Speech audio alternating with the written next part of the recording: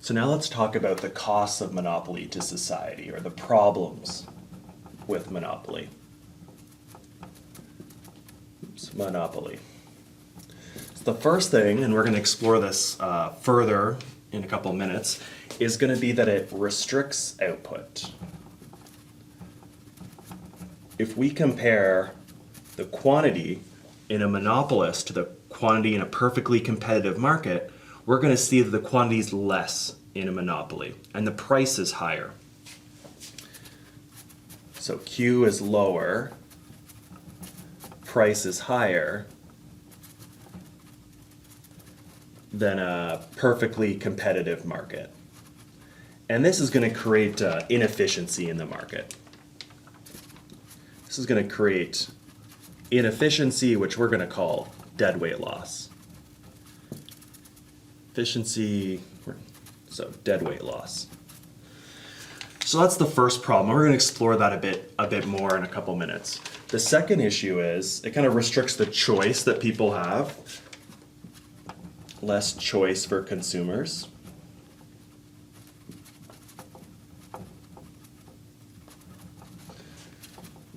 So if there's less substitutes, so no substitutes,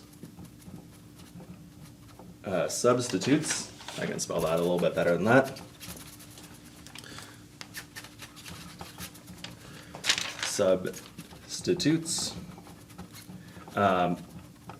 means it's hard for consumers to put downward pressure on prices, right? Usually if a price is really high, one of the things you can do to get around that is to buy the substitutes for that good. But because there's a monopolist, there's not any close substitutes, which means it's hard to put this downward pressure on prices by buying these substitutes.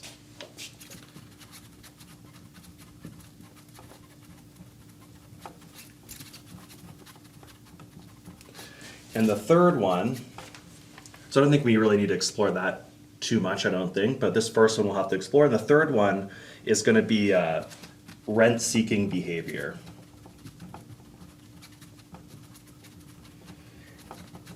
And so what rent-seeking behavior is these firms are starting to compete for these monopolist profits. So we saw the profits in the last video. And so firms are going to compete for this monopolist profit. Now, sometimes how they compete isn't by trying to increase their productivity or finding a new lower cost production and things like that, but instead by things like lobbying and stuff like that. And they're trying to get this monopolist profits through ways other than productivity. And this is going to be something that economists are going to think is inefficient. It's an inefficient use of resources to spend this money to try to convince people to give you this monopolist profits instead of spending it on productivity and having a monopolist arise because of productivity differences and things like that. So we kind of don't like this rent-seeking behavior because it's inefficient. So firms seek to get monopoly profit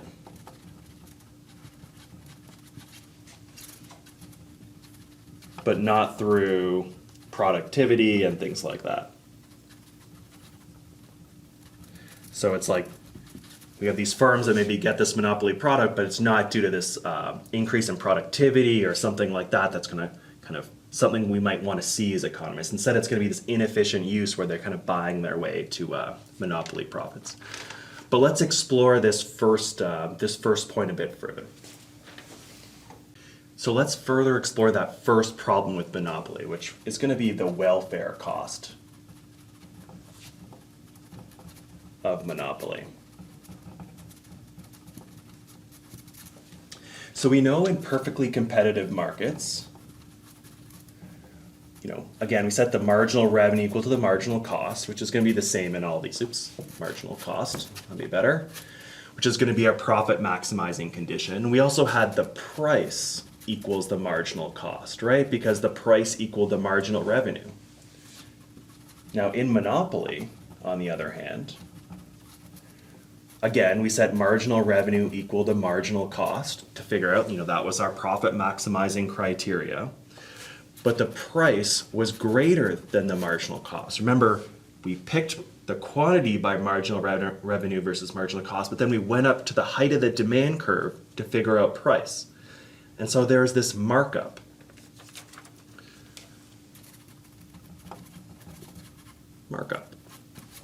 So let's draw out and see what that looks like, and we can kind of identify the loss of efficiency or the welfare loss of monopoly.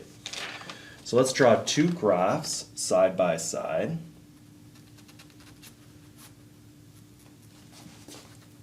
On this side is going to be a perfectly competitive market, so perfect comp. And here's the monopolist. Monopolist. Price and quantity. Here's this downward sloping demand curve for each of these markets. Now the supply curve, remember there's no supply curve for a monopolist, but a supply curve for perfectly competitive markets where those two meet, where equilibrium determines the market price. So I'm going to say PC here for the perfectly competitive or the competitive market price. And this is the quantity, and I'll put QC there to say it's, it's the competitive market quantity. Now over here, I'm going to bring this price along here. And so if we want to compare the two markets, this is the marginal cost curve for the monopolist. We have this marginal revenue curve. Remember, it's steeper than the demand curve. We figured out their quantity by figuring out where marginal revenue equals marginal cost. This is Q for a monopoly. They went up to the height of the demand curve at that Q to figure out the price. Now this is the price that competitive markets charge, just dragging it across here. They charge where price equals marginal cost. And this is their quantity here. So notice that a monopolist charges a higher price and produces a smaller quantity than a competitive market. And if you remember, competitive markets maximize total surplus. Remember, we had consumer surplus up here, producer surplus here. Those two triangles added together was total surplus. And competitive markets maximize total surplus. They were efficient markets. So if we're producing less and charging more, we're going to have some inefficiency in this market. And this inefficiency is all these trades that aren't taking place. So for instance, this, if we think of this as being a person, this person values this product this much and only costs this much to produce it. And so this trade would be kind of welfare creating. There'd be some producer surplus and some consumer surplus in there if they actually sold that good. But they're not going to, because they're choosing their quantity to maximize their profits.